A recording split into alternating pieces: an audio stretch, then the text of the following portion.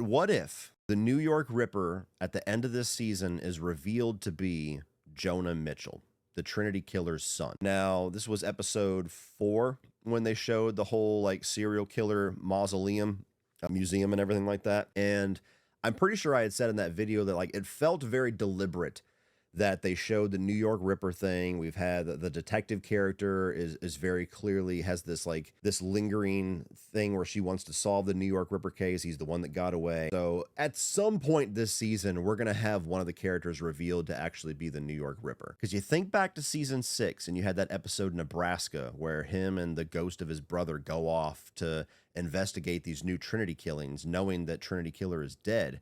And it's basically revealed that Jonah did them, you know, for somewhat moral reasons. So there's a reason that Dexter didn't put him on the table. And there's something lingering there that I've always wondered if we're ever going to get back to. And when you see the scene, which is when I saw it visually on this little recap video, I was like, wait a minute.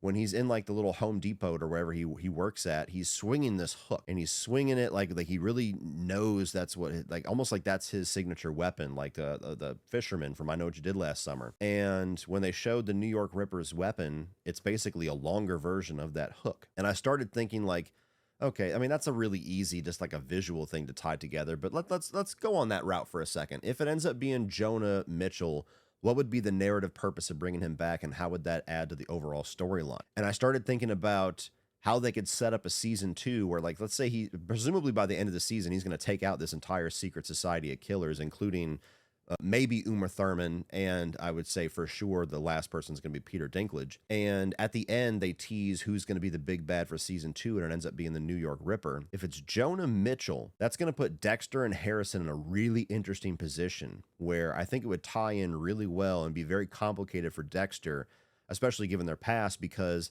he has this father-son relationship with Harrison, and he understands how his darkness is transferred to his son.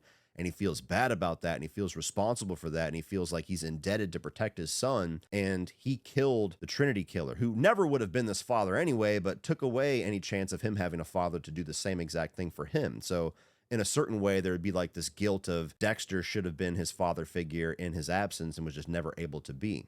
As well as a complication with Harrison, who's trying to not be this killer and trying not to adopt the lifestyle of his father. But now there's this big serial killer who's been revealed out there who is the son of the guy who killed his mother. And so he's going to have significantly less sympathy for this character, and to a certain degree might even have this murderous drive to take him out as a way to kind of make up for the fact that he never got to kill the Trinity killer.